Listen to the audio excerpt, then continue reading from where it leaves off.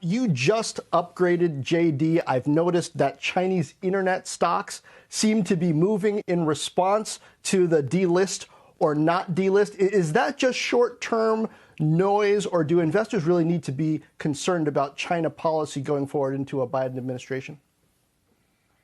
Well, I think that certainly there should be concern relating just generally to regulatory, whether that's in China or as it relates, to the U.S. Given the change in administration, I'm not overly concerned in terms of what's happening in the U.S. at this moment, and particularly the companies that you mentioned. They all have China in the name. They're all specifically government-owned, companies, and so the more traditional internet names that we follow, we don't think fall into that bucket, and seems to be changing on a daily basis anyway.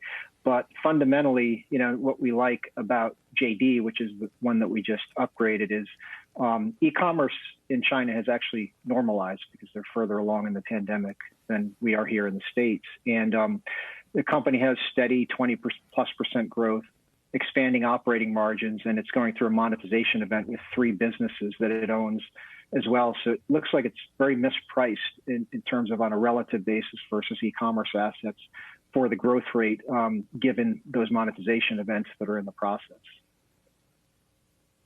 Okay. So I think investors in general, much probably like the political world right now, are trying to figure out where things are going to shake out, whether you're talking about who's got control of Congress or what's going to happen with some of these stocks that have seen either a benefit from attention to tech during the pandemic or no. What do you do as an investor with e-commerce here? We just talked to Dan Schulman of PayPal at the beginning of this week about his outlook for the year. We talked to an investor in Big Commerce and Wish just yesterday. How do you especially treat these kind of second-tier names, your Etsy's, your Shopify's, your Big Commerces, your Wishes in this period?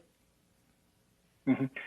So there were 2 questions, I think, in that. One was first kind of regulatory environment, the changing kind of landscape relating to what's happening politically in the U.S., and the second is around the improvement in growth rates because of the pandemic relating to smaller cap internet. So first on regulatory, my view is pretty simple, which is that it's coming, it's been coming. I'm somewhat indifferent in terms of what administration. You can't do an A/B test in terms of whether it's Republicans or Democrats. The point is there will be regulation. These are large companies. It's time for it, and kind of end of story. It'll be a headwind or noise for many years to come.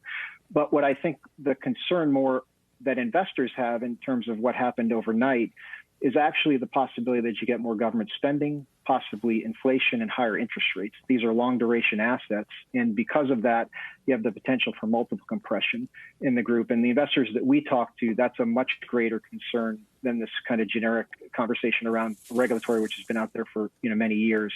As it relates to the smaller cap companies, or where the bigger inflection has been because of the pandemic, every company will be different in terms of the return to normal.